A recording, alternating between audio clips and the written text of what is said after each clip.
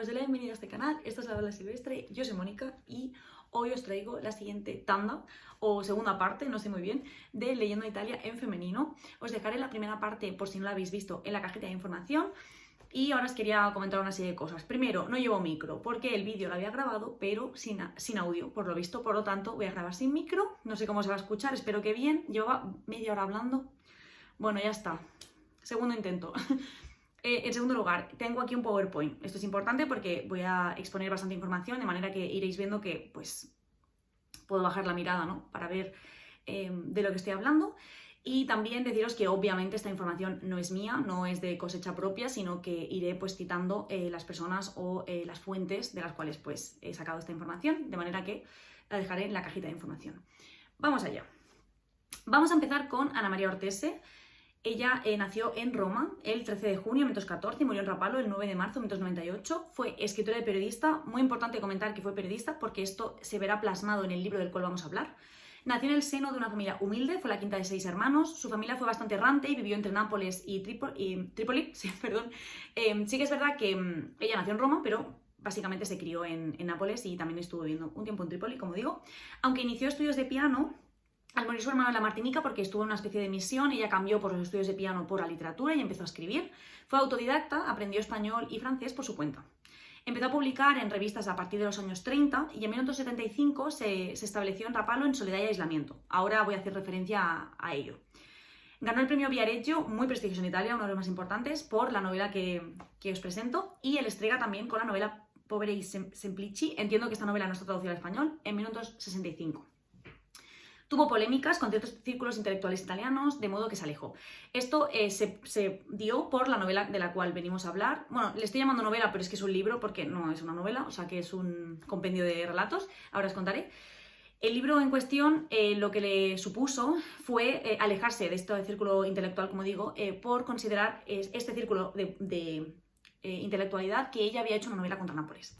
Ella aborda este asunto en el prólogo del libro, al considerar que no es así, que ella simplemente tuvo la necesidad de plasmar ese Nápoles, un Nápoles pues gris y un Nápoles en ocasiones pues políticamente incorrecto en muchos sentidos, pero tal y como era en Nápoles de los años 50 después de la Segunda Guerra Mundial, ¿no? Entonces, este círculo de intelectuales se vio también atacado y considerar que se habían ofendido porque ella había manifestado que se habían aburguesado, ¿no? Que eran intelectuales de izquierdas, pero que se habían aburguesado y por lo tanto, pues ella tuvo que alejarse de todo ello y marchar de Nápoles y exiliarse de allí. No pudo vivir más en su ciudad y creo que solamente volvió una vez más, así que tampoco pudo estar por allí. En español encontramos Silencio en Milán, de 1958, publicado en la editorial Minúscula, la misma editorial que publica el libro del que venimos a hablar en castellano, porque yo tengo la edición en catalán, o El colorín afligido, de 1993, aunque su obra está bastante descatalogada, desgraciadamente, tanto en español como en italiano. Bien, el libro del cual vengo a hablar se trata de El mar no vaya a Nápoles, de 1953. Como digo, está conformado por 5 relatos, muy distintos entre sí. 2 primeros son de corte narrativo, y los restantes de tipo más periodístico. Por eso decía que es muy importante que ella fuera periodista. Cuando me estaba leyendo este libro, de pronto me vi en que me estaba contando 2 historias narrativas, ¿no? Como de ficción, y de pronto saltamos a un relato en el que parecía que era ella la que hablaba, entonces como que me desconcertó un poco, lo busqué y efectivamente es así. Habla la propia Ana María Ortese. De aquí lo que hace es un reportaje napolitano, que se dice, tanto de las personas de clases más populares a la burguesía, y nos muestra un Nápoles muy vivo, humano, pero también mísero, pícaro y marginal. De ahí que el problema que le supuso. Como curiosidad, el relato La ciudad involuntaria inspiró a Elena Ferrante para su tetralogía de Nápoles, para su amiga estupenda, y yo lo pude ver claramente, ¿no? La manera en que tiene aquí Ana María Ortese de plasmar las condiciones paupérrimas en las que vivían muchas personas que ocuparon el Palacio Granilli III y IV, que se llamaba, era un palacio que estaba en Nápoles, y que el presidente de la República, que era Luigi Einaudi, en 1953 mandó a derribar por el escándalo y por básicamente pues la fama que adquirió este libro en el que plasmaba pues cómo vivían esas personas, ¿no? En situaciones insalubres, sin electricidad, sin agua, de manera que fue muy influyente este libro. La publicación de este libro pues le trajo muchos problemas, como digo, y lo que supuso es ese exilio, viviendo fuera para siempre de Nápoles, y tampoco es que escribiese mucho Ana María Ortese. Supongo que todo esto pues le marcó, ¿no? También como en su carrera como escritora pues en años venideros. Los críticos han comparado a esta escritora con Catherine Mansfield, con Anton Chekhov o los dublineses de James Joyce, para que os hagáis una idea. A mí me gustaron muchísimo tanto sus relatos de corte más narrativo, me parecieron buenísimos, igual que también los de corte periodístico. Igual debo decir que los de corte periodístico en algún momento me podía perder un poco más por tener no tanto bagaje o no tanto conocimiento del contexto, pero se pueden seguir perfectamente, y yo creo que si os interesa esta ciudad y sobre todo en este momento histórico, os recomiendo muchísimo este libro porque veréis claramente pues, las condiciones y la vitalidad de esta ciudad. Las sombras, pero también sus luces, el claroscuro que supone Nápoles, y no lo puedo recomendar más. La verdad es que me encantó. Es un 5 de estrellas, vamos, plenas. Bien, la siguiente escritora de la que venimos a hablar es Alda Merini. Ella nació en Milán el 21 de marzo de 1931 y murió en la misma ciudad el 1 de noviembre de 2009. Debo decir que fue escritora y principalmente poeta. Esto es importante, ella es poeta más que cualquier otra cosa. Sí que es verdad que el libro que os vengo a presentar no es de poesía, sino que es más de corte autobiográfico, pero ella fue principalmente poeta.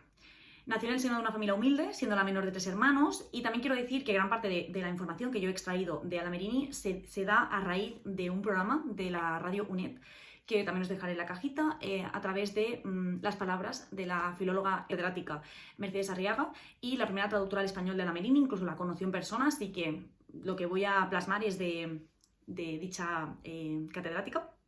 Entonces, lo que sucedió con Alda Merini en cuanto a la escritura es que ella pues estudió piano, igual que lo hizo Ana María Ortese, y no pudo ingresar en el liceo por no superar la prueba de italiano, de manera que pues, a partir de los 15 años pues, empezó a escribir poesía y a estudiar piano.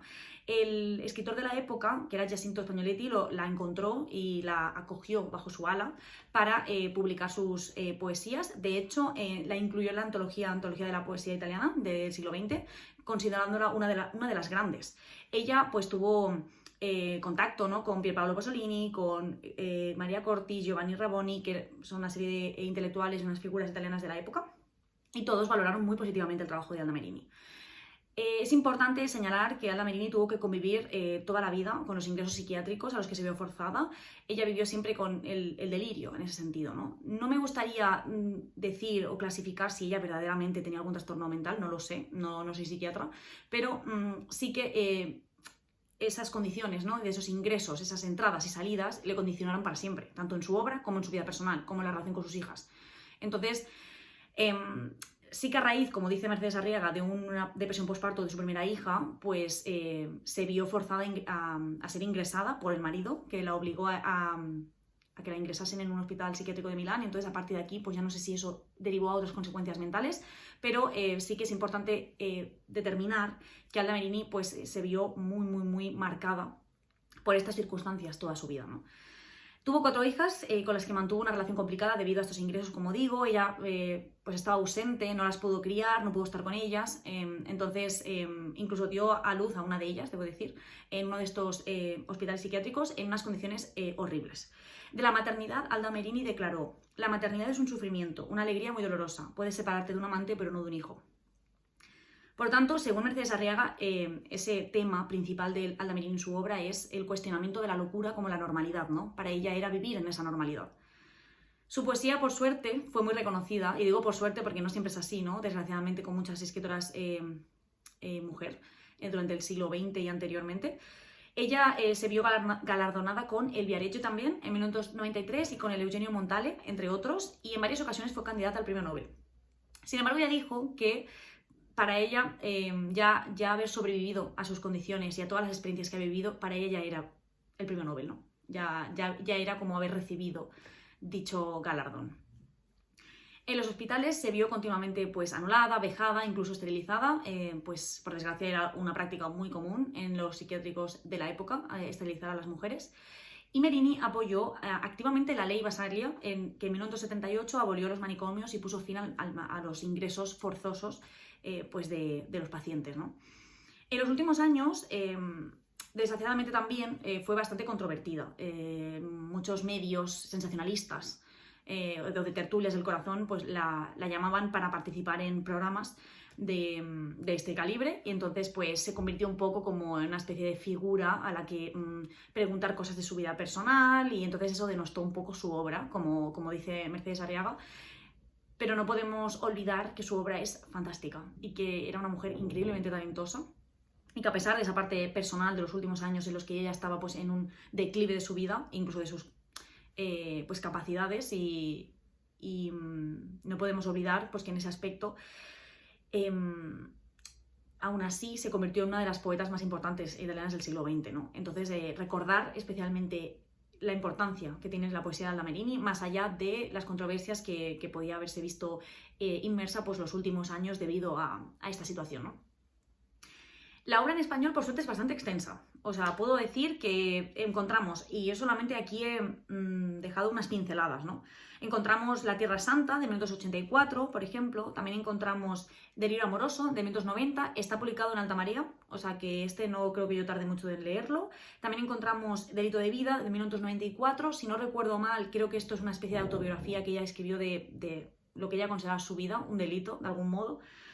También encontramos La Vida Fácil, de 1992, Cuerpo de Amor, de 2001, La Carne de los Ángeles, de 2003... O sea, que tenemos bastante obra en español para podernos adentrar en su poesía.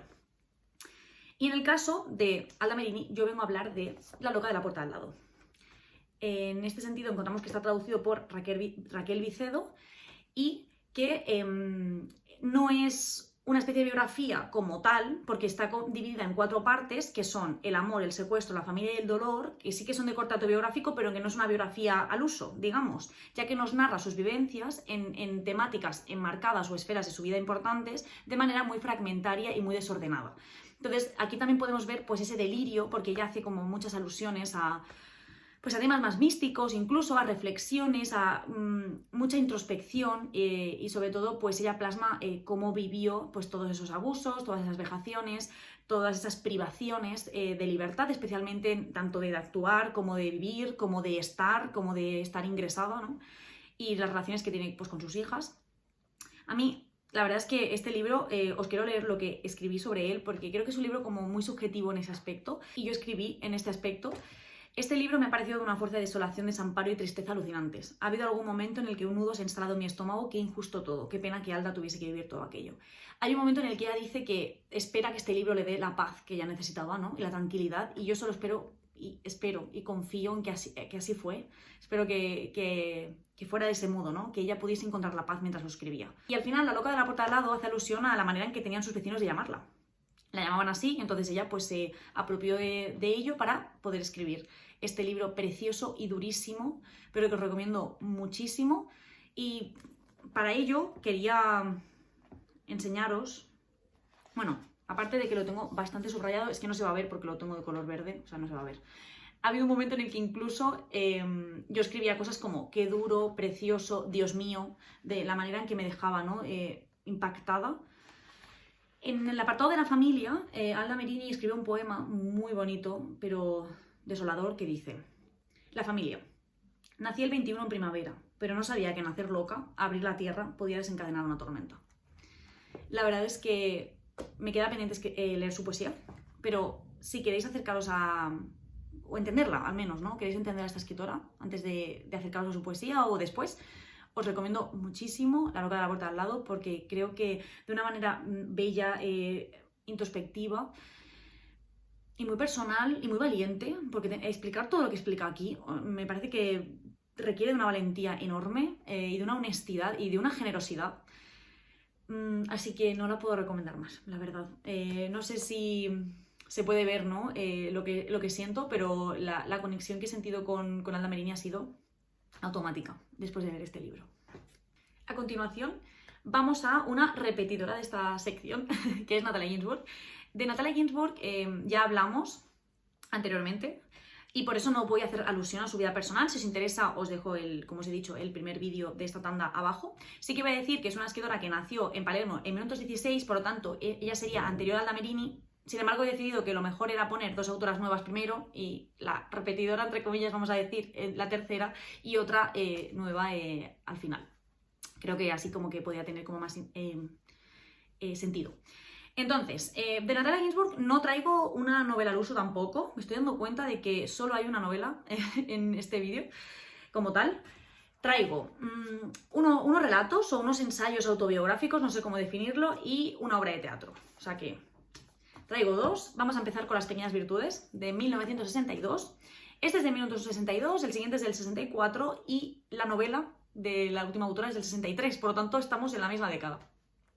Bien, esto se trata de una serie de ensayos o relatos autobiográficos, como digo, escritos entre 1944 y 1960. Una recopilación de textos en los que hace Natalia Ginzburg nos habla de una serie de temas cotidianos, ¿no? A modo de ejemplos quería señalar una serie de relatos que a mí me han gustado mucho, especialmente Invierno en los Abruzos. Aquí lo que hace Natalia Ginzburg es plasmarnos la experiencia que tuvo al vivir en un pueblito de los Abruzos, tener que marchar de Roma porque su marido, Leone Ginzburg, pues iba en contra del régimen fascista y por lo tanto estaba en búsqueda. Y aquí pues, nos muestra esa cotidianidad, vivir en un lugar muy pequeño, en una comunidad pequeña. Me pareció muy costumbrista y muy bonito. Y también me gustó mucho Retrato de un amigo. Este relato lo que hace es rememorar un amigo difunto, un personaje melancólico y peculiar que se quitó la vida, y podemos entender que es Cesare Pavese, un gran amigo de Natalia Ginzburg, y que si más o menos conocemos la figura del mismo, pues podemos ver que está plasmado, ¿no? Gran parte de lo que cuenta en él. Y la verdad es que me gustó mucho también. Así que estos textos al final son el reflejo de las pinceladas de la escritura de Natalia Ginzburg, píldoras perfectas para conocer su obra. Sí que es verdad que dije que para empezar Léxico Familiar está muy bien, pero si no os apetece leer una novela como tal, bueno, es que tampoco es que sea una novela, es una especie de novela autobiográfica, pero bueno, si no os apetece leer como narrativa así un poco más larga, pues también os recomiendo este, porque es muy cortito y vas viendo pues la manera en que tiene de escribir, ¿no? Esas pinceladas de su estilo, sus temas principales, que siempre son pues la cotidianidad y las relaciones familiares, y yo creo que puede ser pues una buena puerta de entrada. Y el siguiente, que es Me casé por alegría, esta obra de teatro. Esta obra de teatro la recuperó Acantilado en Español hace unos años porque por lo visto no estaba, era inédita. Quiero destacar que Elena Costa en El Español dice que fue una obra que tuvo una versión cinematográfica, dirigida por Luciano Salce y protagonizada por Mónica Vitti, pero que en su momento pues no fue demasiado bien recibida. Incluso tampoco fue muy bien recibida por Elsa Morante, una escritora a la que venero máximamente porque me encanta. Elsa Morante, siendo amiga de Natalia Ginzburg, dijo lo siguiente. O sea, la horrorizó al verla como si la propia Ginzburg hubiese perpetrado no una mala comedia, sino una mala acción, lo cual no le acabo de convencer por lo visto. No sé si es que, interpretación mía, la vio como una obra frívola, pero sí que es verdad que al inicio puede parecerlo, ¿no? Que Natalia Ginzburg está haciendo esa especie de obra así pizpireta y un poco frívola, pero todo se enmarca dentro de su ironía típica, en la que aquí encontramos una joven llamada Giuliana, que está acuciada por las deudas completamente, entonces se lanza rápidamente en una semana a un matrimonio con un abogado que ha encontrado, que él pues tiene una situación bastante acomodada, y hacen una especie de comida familiar para que las familias se conozcan, ¿no? ¿Cómo reaccionan ante este matrimonio tan repentino, en el que no se conocen? Y lo vamos viendo, ¿no? Aquí lo que hace Natalia Ginzburg pues entonces es reflexionar por los motivos los jóvenes se ven obligados a casarse de esta manera tan rápida o tan desesperada en muchas ocasiones. Es muy divertida esta obra, es hilarante, es muy... Es que, como digo, muy irónica y como muy inteligente. Entonces, lo de siempre que digo de Natalia Ginzburg, ¿no? No puedo decir lo contrario. Y os la recomiendo muchísimo en ese sentido. Se lee en una tarde, pasas un buen rato, te da un mensaje muy interesante. Y yo creo que también puede ser una buena opción para seguir con la obra de la autora como para acercarse a ella. No sé si hay muchas más obras de teatro publicadas de ella, yo diría que no, pero a pesar de que no sea su estilo narrativo típico o el que ella siempre usaba, creo que también es una manera muy clara de ver pues, esa ironía, ¿no? Tan típica de ella y tan crítica de muchas situaciones sociales de su época. Y por último, vamos a hablar de Dacia Maraini, nacida el 13 de noviembre de 1936 y la única autora actual. Actualmente debe tener unos 88-89 años, si no recuerdo mal. Debo decir que Dacia Maraini, de la información que tengo de ella, la extraje especialmente de una entrevista que se hizo hace un mes o dos en un canal de YouTube que os dejaré abajo. Ella pues básicamente durante una hora tiene una especie de tertulia con el entrevistador, su intérprete, y la verdad es que me gustó muchísimo verla hablar incluso y verla pues expresarse, ¿no? En muchos de los temas de la novela que os traigo en su apartado. Pues bien, debo decir que Dacia Maraini pues, nació en Fiesole, en una familia de clase media. Su padre era etnólogo, o sea, estudiaba los pueblos, y también su madre era pintora perteneciente a una especie de aristocracia siciliana. En ese sentido, debo decir que ella actualmente vive en Roma y sigue escribiendo. Y está escribiendo, casualmente, según dice la entrevista, de un tema del cual voy a referirme ahora. Como su padre quería abandonar la Italia fascista en 1938, se instaló la familia en Japón para poder estudiar los Ainu, que es un pueblo de Japón. Y entonces pues se le concedió una beca al padre para poder estudiar allí, se trasladaron y básicamente pues fueron internados forzosamente en un campo de concentración japonés por negarse a adherirse a la República de Saló fascista. Por lo tanto, como decía, Dacia Maraini actualmente está escribiendo sobre esta experiencia, como ha dicho, una experiencia en la que ella tiene una herida que ya se ha cerrado, como dijo, pero que de vez en cuando sigue doliendo. Entonces, en 1947 la familia se trasladó a Bagheria, que está en Sicilia, y a partir de los 18 años empezó a vivir en Roma para estudiar en el liceo. Ella fue gran amiga de Pierpaolo Pasolini y tiene un libro que se llama Querido Pierpaolo en Galaxia Gutenberg. Yo lo he leído, si os interesa en algún futuro puedo hablar de él. Me gustó bastante, una serie de cartas que le escribe a Pasolini una vez que ya ha fallecido.